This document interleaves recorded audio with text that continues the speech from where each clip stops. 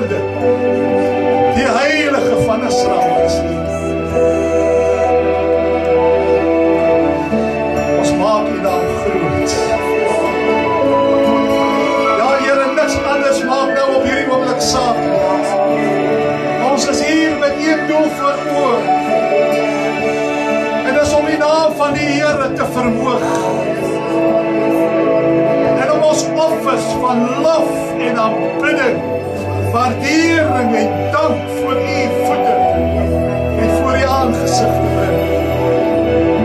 U is hoog en verhewe. Groot is U bo al. My siel juig, want die Here is waardig en almagtig. Skoon en hoog verhewe is Hy. Groot is U, my Here. U is my redder en U is my God. Hoe kan ek stil wees? Hoe kan ek swyg met die God wat ek kan bid? Ek sal U naam bely. Ek sal U naam verkondig. Selfs in die midde van my vyande, in die midde van U vyande, sal ek U naam uitpasyn. Want U is die lewe. U alleen is waarlik God. Hoe kan ons ons skaam vir die God wat ons sal bid? Nee, ek sal U naam verklaar. Ek sal met vrymoedigheid getuig, die Here is my God.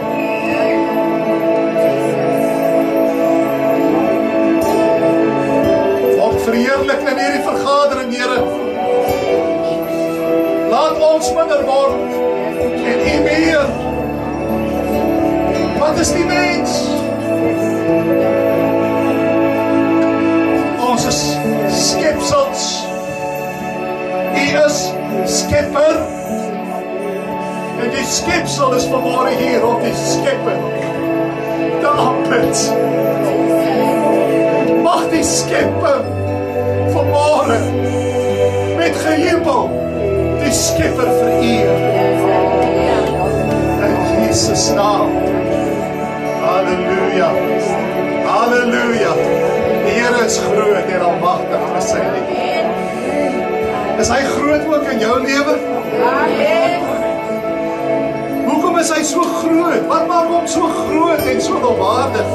Ek wonder, wat sal die antwoord wees as ek vir U vra, hoekom verklaar jy vanmôre sy grootheid en sy almag?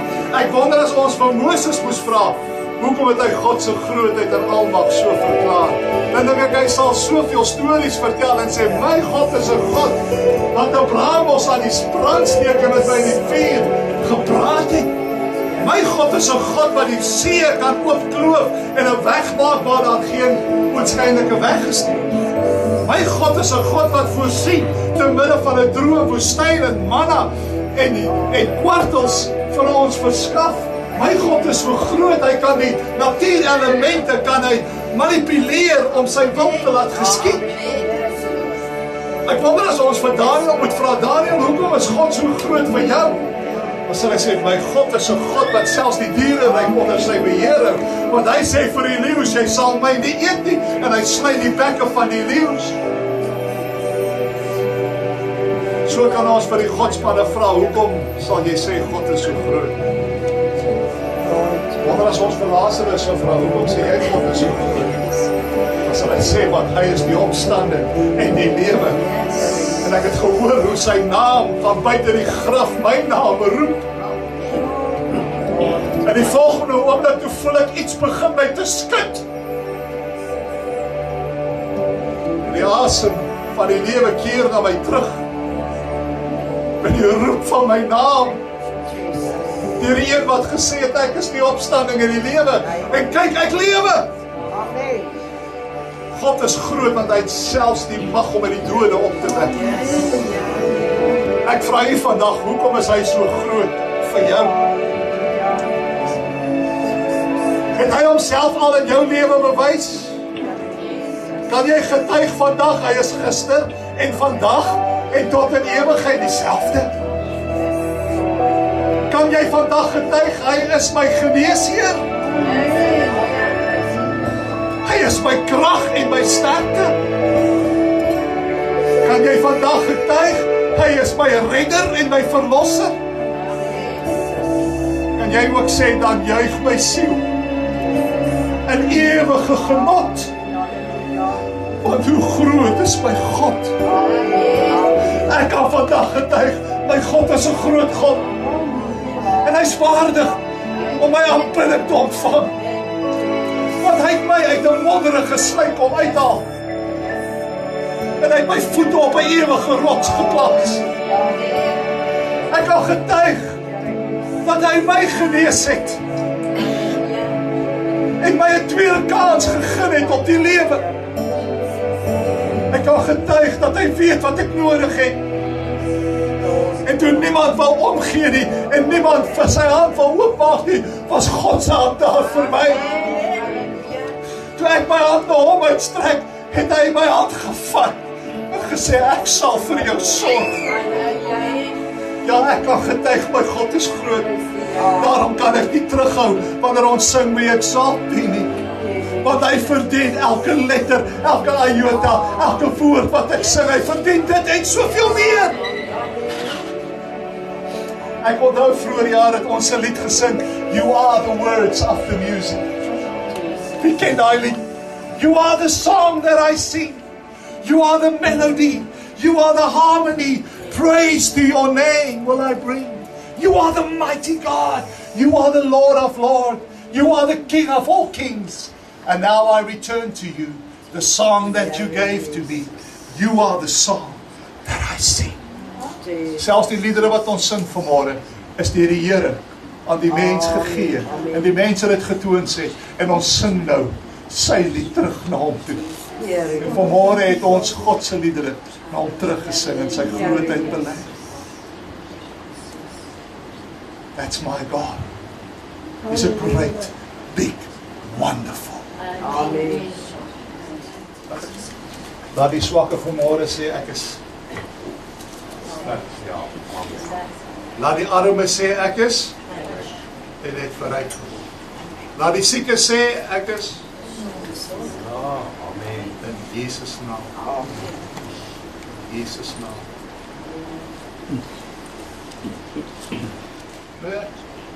En ek wil vanmôre, sommer so 'n bietjie uit die hart uit praat. Vanmôre is nie 'n leringsdiens nie. Vanmôre praat ons sommer mens tot mens. Want ons is ook wat? Stof. Ja. En soms het ons ook maar 'n skouer nodig om op te leun. Ja. Soms het ons ook maar 'n oor nodig wat sal luister. Nie altyd 'n antwoord nodig nie, net 'n oor. Wie kan doen met 'n oor vanmôre?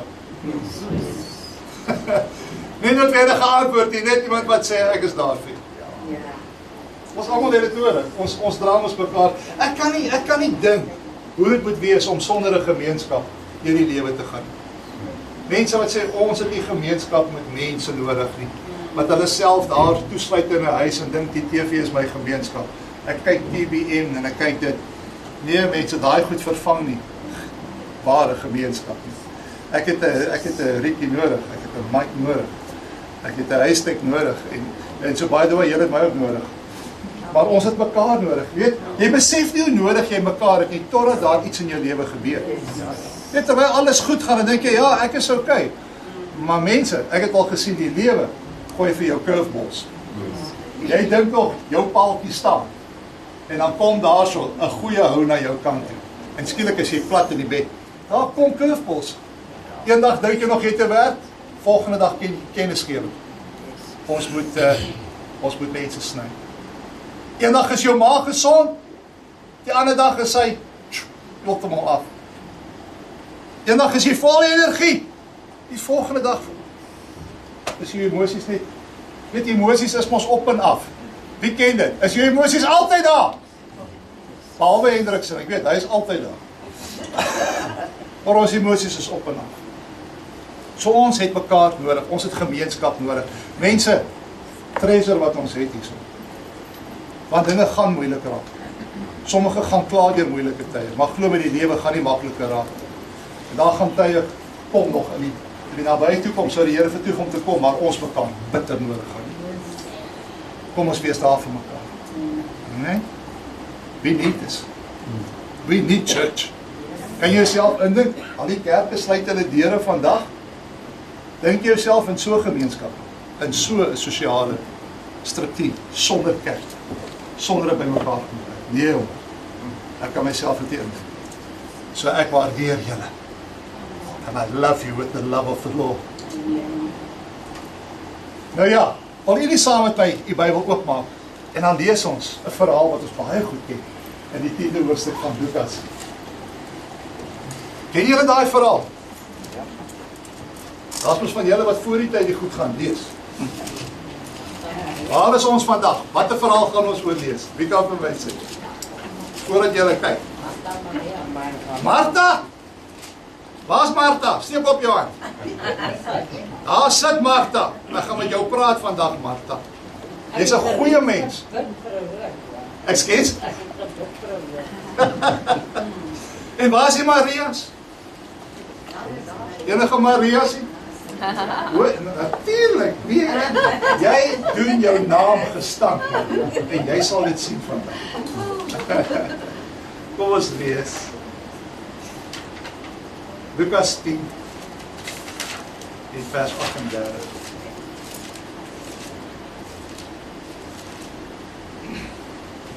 En op hulle reis het hy in 'n sekere dorp gekom. En 'n vrou met die naam van Martha het hom in haar huis ontvang. En sy het 'n suster gehad met die naam van Maria. So hulle was susters. Die het aan die voete van Jesus gesit en na sy woord geluister. Maar Martha was baie besig om alles klaar te maak. Sy kom toe daar staan en sê, Here, gee U nie om dat my suster my alleen laat bedien nie?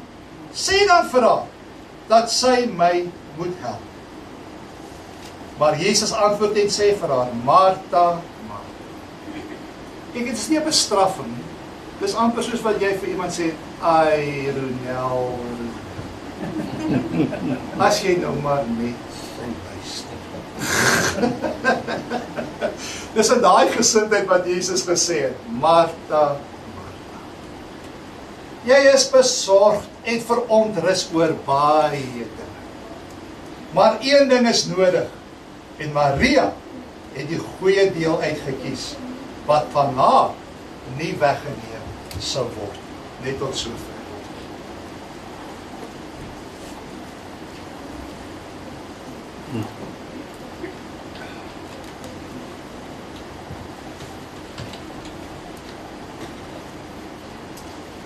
Hemelse Vader, in Jesus naam kom, by ek my nou aan U.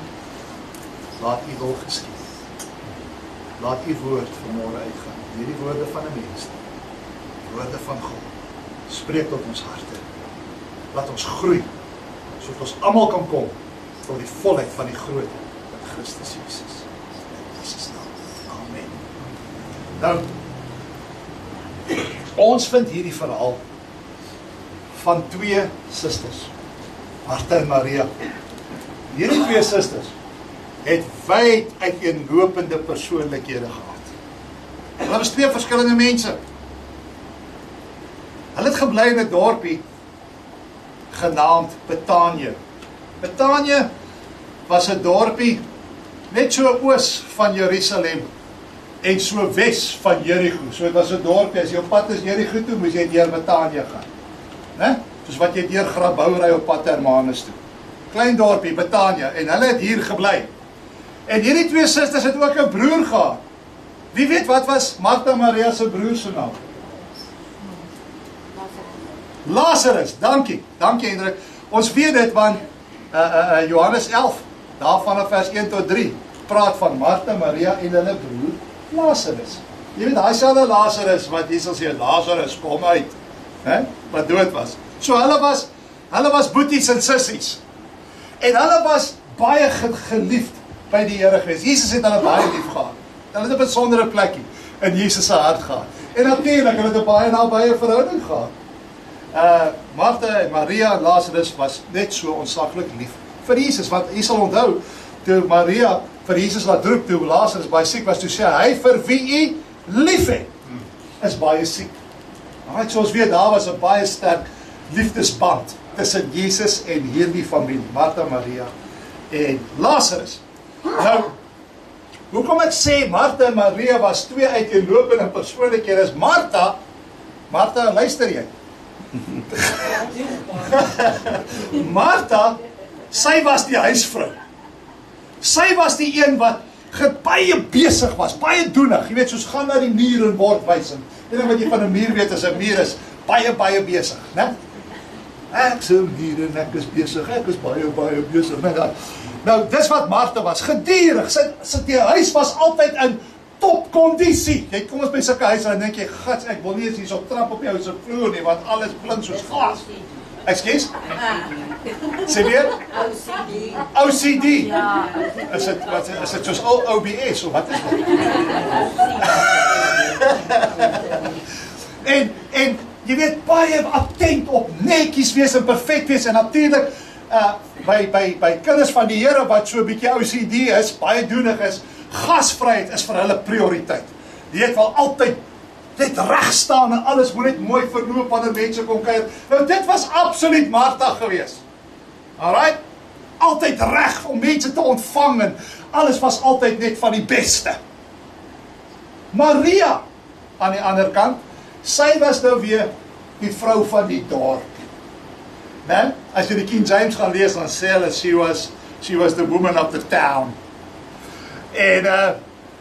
En sy was die een wat altyd met mense gesosialiseer het. Jy weet, dit was vir haar altyd die lekkerste om omring te wees met mense, interaksie te hê met mense. Sy was nou 'n regte mens, lieflike mens, jy wil sommer net tyd spandeer met hulle. En ek was al by baie van julle aan huis, en daar is soveel van julle, man, dit is lekker om by julle te kuier. As julle wil lekker snacks hê, moet julle by Mike en die kom kuier, hulle gee die lekkerste snacks. en dis wonderlik, en dis goed. Alright? So, Martha, haar gebied was in en om die huis. Maria se gebied was die dorp. Alright? Martha was werksgeoriënteerd, diensgeoriënteerd. Maria was weer baie mensgeoriënteerd. Nou ek wys hierdie verskille uit, geensins om te sê dat die een is bo die ander, glad nie. Al wat ek vir julle wil wys is, daar is 'n duidelike onderskeid tussen die twee persoonlikhede, die Marthas en die Marias. En vandag nog sal jy daai verskille sien. Nee, ek dink ons kan net so vir mekaar kyk en dan wil jy al sê, ja Martha, luister, ja Maria, luister. Nee? Want ons ken ons al mekaar en ons weet dit van mekaar. En is goed en is reg, daar's diegene wat baie werksgeoriënteerd is, dinge moet gedoen word, dit moet soos nou, kan nie wag tot môre nie, weet, en alles moet in plek wees, en that is good. En dan is daar mense wat sê, luister man, kom ons gaan bietjie uit, ek wil bietjie daar gaan kuier, ek wil bietjie daar bietjie weer gaan, weet, toue optel, en met mense kommunikeer, en dit is ook goed. Mense, kom ek sê vir die, albei is essensieel belangrik. Die een kan nie sonder die ander. Kan nie jouself indink as ons almal nou net mense was. Jy weet, en ons almal wil net kuier en niks sal gedoen word nie. Ek kan jouself indink. Okay? Maar kan jouself indink as almal net OCD. Net werk. Dan sou daar geen sosialisering gewees het nie. Daar sou geen gemeenskap gewees het nie. Want alles is net werk. As jy so iets wil ervaar, gaan Joburg. Ek het daar geswat. Almal werk. Ja, ons braai, maar ek moet binne 'n halfuur klaar braai, want ek moet môre vroeg opstaan. Ek moet 4 uur in die pad val. Né? Dit is basically hoe Joburg werk. So dit is die onderskeid tussen twee, ons albei het mekaar nodig. So hier sit jy vir Martha en Maria. Die een is werksgeoriënteerd, die ander een is mensgeoriënteerd. Maar kom ons vat dit bietjie verder. Ons sien dat Jesus, want hulle was op reis, en hulle het in 'n dorp gekom, En hulle het aan huis gegaan by Martha en Maria. Hulle het bietjie gaan kuier by Martha en Maria. En toes Jesus met sy disippels daar by die huis aankom, hoor hy toes Martha in haar element. Ek meen, sy spring onmiddellik in karakter. En ek meen, die skrif sê, sy was besig om alles klaar te maak. Kom ons kyk gou. Sy sê, en sy het gekom en 'n vrou daar van Martha, maar Martha was baie besig, vers 40, om alles klaar te maak. Hier sit Jesus en die disippels, Martha is onmiddellik in karakter, en sy sê, hoorie, alles moet nou gedoen word, en dit het spesifiek hier te doen gehad met voedsel. Sy was besig aan die kombuis om die kossies reg te kry, en nie sommer enige kos, jy kry mos mense, hulle maak noedelslaai, maar dan moet er nog 'n gesiggie ook wees op die noedelslaai. Jy weet, die details moet inwees, en die spring onientjies moet op 'n sekere vorm, en die tomatie cocktails moet op 'n sekere manier, 'n gesiggie, en 'n smile in die face, en julle weet mos, jy kry sulke mense. En dan ek, dit is nou baie oulik, dit is nice. Maar, is dit prakties, want die eerste lepel wat ek indruk as daai gesig, is nou nie meer 'n gesig nie. Maar daar's mense wat hou daarvan, want hulle hou van die details. En dit is all good. Alright? Maar dit was wat Martha was. Alles moet so perfeksie wees en besig om alles klaar te maak, en sy wil seker maak dat hierdie besoek van Jesus en sy disippels is 'n onvergeetlike besoek. Sy wil hê dit moet 'n gedenkwaardige besoek wees. Dit moet uitstaande wees, dat wanneer Jesus en sy disippels daar wegstap, dan moet hulle sê, hoorie, ons beter weer hier kom, dit was die beste kuier wat ons in ons lewe gehad het. Nee, Martha, dit is ons lekker om so vir Jesus tot diens te wees, en hy stap weg met 'n glimlag en sê, hoorie, dit was alles die moeite werd, ek kan nie wag om weer by Martha te kom kuier nie. En dit was Martha. Sy was daar in haar element gewees. En soos daar ook sulke mense, wat sal erken? Kyk, my primêre dryfkrag is, ek is werksgeoriënteerd. Ek is taakgeoriënteerd. Dus jy sal mense kry in die kerkwêreld, as jy hulle soek, dan is hulle gedurig deur besig met een of ander werksaksie, of een of ander gemeenskapsprojek, en hulle is altyd doenig. Nee, Johan, baie doenig. En dit is goed, en ons het sulke mense nodig. Alright? Inteendeel, blaai gou na Jakobus 1 en vers 22. Kyk wat sê Jakobus van so gesindheid. En word daders van die woord en nie net hoorders wat julle self bedrieg. Okay, so word daders van die woord, met ander woorde, wees 'n dader, nie net 'n hoorder nie, nie net 'n prater nie. Okay, so Jakobus, as hy nou daar was, sou hy baie van Martha gehou. Want Martha was 'n dader. Sy was 'n doener. Sy het dinge gedoen gekry. En veral met betrekking tot gasvryheid. Dit was haar uitstaande kenmerk. Baie gasvry. En Jakobus gesê het, kyk net wat doen Martha alles. Kyk net hoe aktief sy is, en sy's 'n kind van die Here, en kyk net haar dienswerk, hoe alles moet in plek wees en van die beste wees. En kyk net haar gasvryheid. Jakobus sou gesê het, ek like van Martha. Veral met betrekking tot haar gasvryheid. Wat sê 1 Petrus 4 vers 9? Wees gasvry jeens mekaar. So Jakobus sal sê, kyk net hoe gasvry is sy. Sy's 'n dader. Sy's nie net 'n hoorder wat in 'n kerkbank sit of vir 'n sinagoge sit en net altyd sê, mooi woord. Nee, sy doen wat die woord sê. As jy net 'n bietjie verder lees in Jakobus, en jy gaan daarna hoofstuk 2, vers 15. Lees gou daar vanaf vers 15 tot om net so vers 20 toe. As daar nou 'n broeder of 'n suster naak is en aan die daaglikse voedsel gebrek het, en een uit julle sou vir hulle sê, gaan heen in vrede, word warm, word versadig, maar julle gee hulle nie wat die liggaam nodig is nie. Wat baat dit? Net so ook as die geloof, as dit geen werk het jy op sigself doen. Ja, sien jy? Met ander woorde, dis prakties. Geloof is prakties. Hier's iemand, hy's honger, hy's dors, en jy Spreek nie te seën oor hom uit. Mag die Here vir jou iewers op die pad langs 'n kombers gee.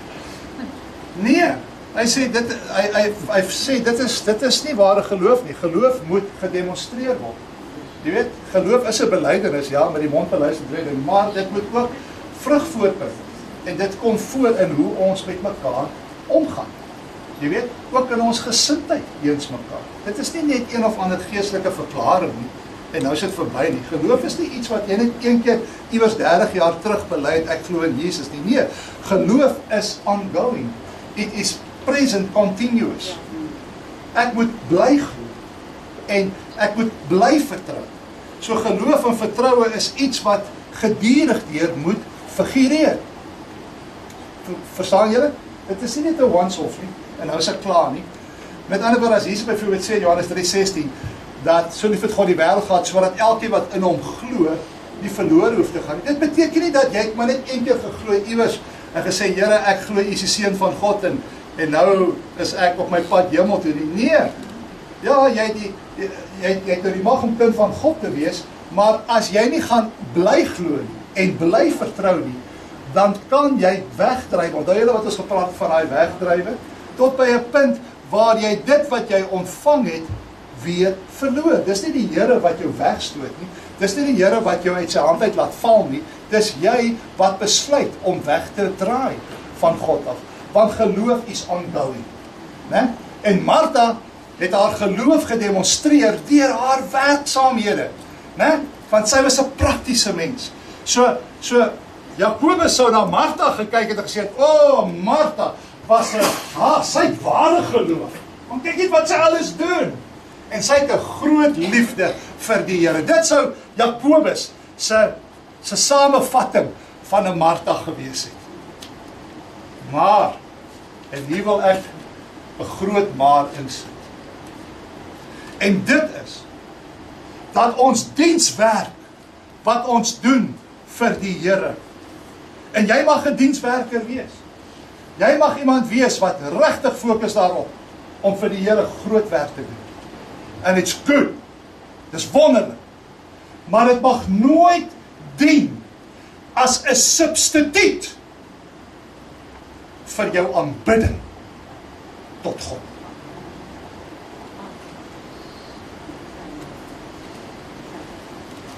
Jy sien, Martha was baie gefokus om dinge gedoen te kry.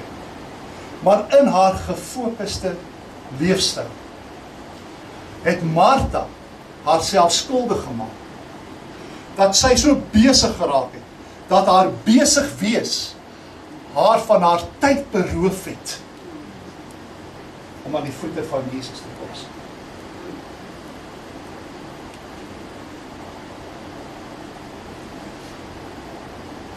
Luister, dit is nie noodsaaklik dat alles altyd sprankel skoon hoef te wees nie. Amen. Dit is nie 'n noodsaaklikheid dat alles presies op tyd in plek moet wees nie. Veral nie as jou presisie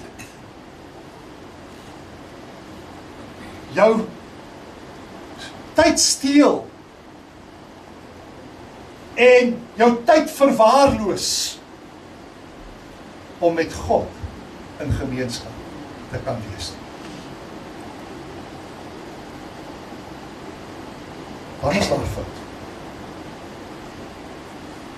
Nou Maria aan die ander kant, toe Jesus by die huis gestap met sy disippels, wat het Maria gaan doen? Sy het by sy voete gaan sit. Om wat te doen? Om na sy woorde te luister. Nou hier wil ek net iets opmerk. Dit beteken nie dat Maria nie ook vir 'n tyd vir Martha gehelp het in die huis.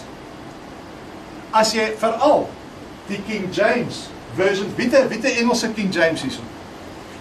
Het niemand 'n Engelse King James nie? Want daar gaan jy die woordjie kry, as ek reg onthou, also. wat daarna verwys dat Maria het vir Martha eers gehelp 'n bietjie, en nadat sy gehelp het, het sy tyd gemaak om ook by Jesus se voete te gaan sit. So sy het gehelp, dis nie dat sy glad niks gedoen het. Sy het bietjie gehelp, maar sy het ook by Jesus se voete gaan sit. Alright? Nou, en sy het by Jesus se voete gaan sit, om sy woorde te hoor, en om gemeenskap met Jesus te kan hê.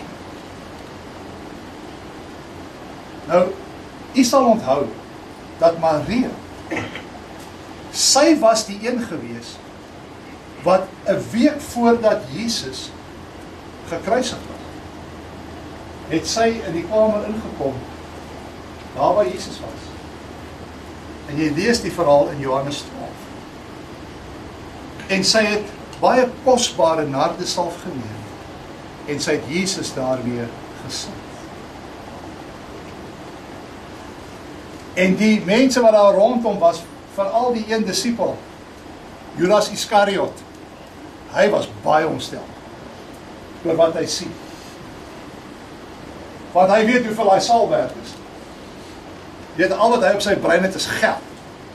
Want hy was die tesourier. Hy het die geldsak gedra. En hy sê toe maar, kom ons die geld, of hierdie daar self vir geld verkoop het, en die geld vir die armes gegee. Ek wonder of hy regtig die geld vir die armes gegee. Maar kyk gou, wat sê hy dan? Dis dieselfde Maria wat nou by die voete van Jesus sit. Sy kom self Jesus se voete, en hier in vers 5 sê Judas Iskariot, waarom is hierdie salf nie vir 300 pennings verkoop en die geld aan die armes gegee? En hoor wat sê vers 6. En dit het hy gesê, nie omdat hy oor die armes besorgd was nie, maar omdat hy 'n dief was en die beurs gehad het en die bydraes geneem het. So ons sien dat hierdie disipel val vir Maria aan oor wat sy doen. Maar wat doen Jesus? Hy staan op vir Maria. En hy verdedig Maria. En hy vermaan vir Judas in vers 7. Toe sê Jesus, laat haar staan. Sy het dit bewaar vir die dag van my begrafnis. Want die armes het julle altyd by julle, maar my het julle nie altyd. So ons sien dat Jesus Maria verdedig het in wat sy gedoen het. En in Lukas 10 sien ons dat Jesus presies dieselfde doen. Hy verdedig Maria by Martha. Hy verdedig haar by Martha, want Martha het haar kwaadlik geneem, omdat sy opgetree het. En kom ek sê vir my broer en suster, as jy Jesus as jou prokureer het, gaan niemand daardie saak doen. En ons sien dat Jesus het opgestaan vir Maria, en gesê, los van Maria, want wat sy doen is goed. Wat sy doen is goed. Nou, wat ons sien hier in Lukas 10, is dat Martha kom by Jesus, en hy kla, nie hy nie, sy kla by Jesus oor Maria. Sy help my nie om die dinge gedoen te kry nie. Nou, liewe vriende, wat ek sommer hier nog 'n punt maak. Om dienswerk vir die Here te doen, is goed, en dis reg, en dis nodig, en dis wonderlik. Maar moet nooit by 'n punt kom, waar jy dienswerk vir die Here doen, en dit begin vir jou voel soos 'n las nie. Waar jy kom by 'n punt waar jy begin kla oor dit wat jy vir die Here moet doen. Is dit 'n geldige punt?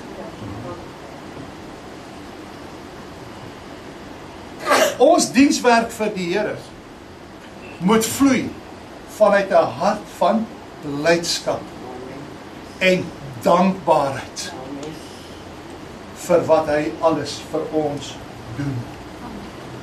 En omdat ons hom liefhet, dis 'n manier hoe ons ons liefde uitstort vir die Here. Kyk wat het Petrus gesê, daar in 1 Petrus 5, ek dink is 1 Petrus 5, ek nie gou daar loer nie, as ek verkeerd is, verskoon my, vers 2, wat sê 1 Petrus 5 vers 2? Hou as herders toesig oor die kudde van God wat onder julle is, nie uit dwang nie, maar gewilliglik. Nie om vuil te word nie, maar bereidwilligheid. Hou toesig sy herders oor die skaapjies. Nie wat jy gedwing voel nie, maar gewillig. Luister, ons dienswerk vir die Here moet nooit 'n gevoel van gedwongenheid wees nie. 'n Gevoel van, ag, ek moet nou maar gaan. Ek moet dit nou maar doen. Want hulle verwag ek moet daar wees. Die oomblik as jou dienswerk so 'n gesindheid inneem, los dit nie. Ja, amen. Dis nie ons hier. Ons dienswerk vir die Here moet 'n gesindheid wees van absolute waardering. En ons moet dit sien as 'n voorreg. 'n Voorreg om in diens van God te kan staan. Amen. En vir die Here diensbaar te wees. Met 'n hart wat oorloop van liefde, blydskap vir die Here. Dis hoe dienswerk moet wees. En ek moet sê, ongelukkig, jammer om te sê, is daar baie in die kerkwêreld. Nie hier nie. Wie het nou gelag? Daar is baie wat hulle is baie besig vir die Here. En hulle doen goeie werk vir die Here. Maar in dieselfde asem kla hulle ook maar baie. Nee mense, ons doen dinge nie uit dwang uit nie. Ons doen dit, want die Here het vir ons gesê, doen dit, en ek doen dit met die grootste vreugde en blydskap, sonder om te kla. Amen. Jy sien, maar dis waar Martha haar fout gemaak het. Alles het goed gegaan. Nee, alles was honky-dory. Martha was besig in die kombuis, Maria was by die voete van Jesus. All was good, no problem. Totdat Martha ingekom het in die kamer. Ek so van die kombuis, ek moet al die werk doen, maar wat doen sy? Sy sit net hier by die voete van Jesus en kuier lekker en ek moet al die werk doen. Ja, dis waar sy 'n fout gemaak het. Luister mense, om dienswerk vir die Here te doen is goed, maar om te kla oor wat jy doen, dis 'n ander saak. So daar's punt nommer 2. Alright? Laat dit nou vir jou 'n les wees, Martha. Praat nie met jou nie, hoor, ek praat dus oor die algemeen. Myne is in vies. Alright, so ons sien dat Jesus opgekom het vir Maria by Martha. Alright, as jy gaan lees verder en hy sê,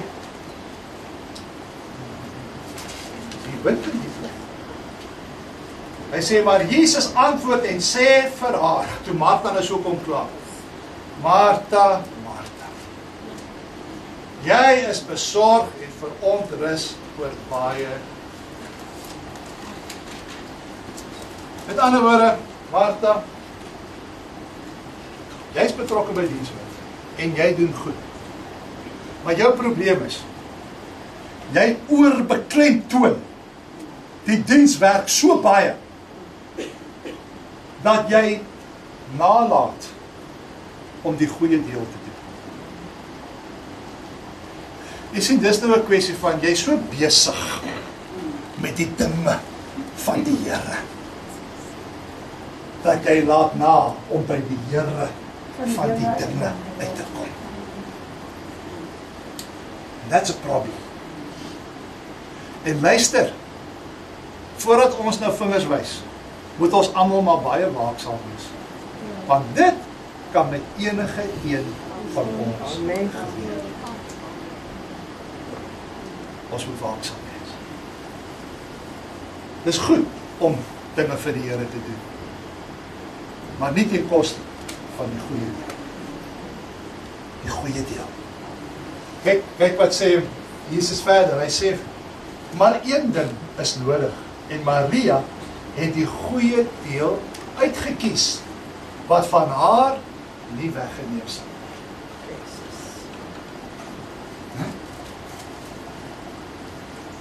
Martha is besig,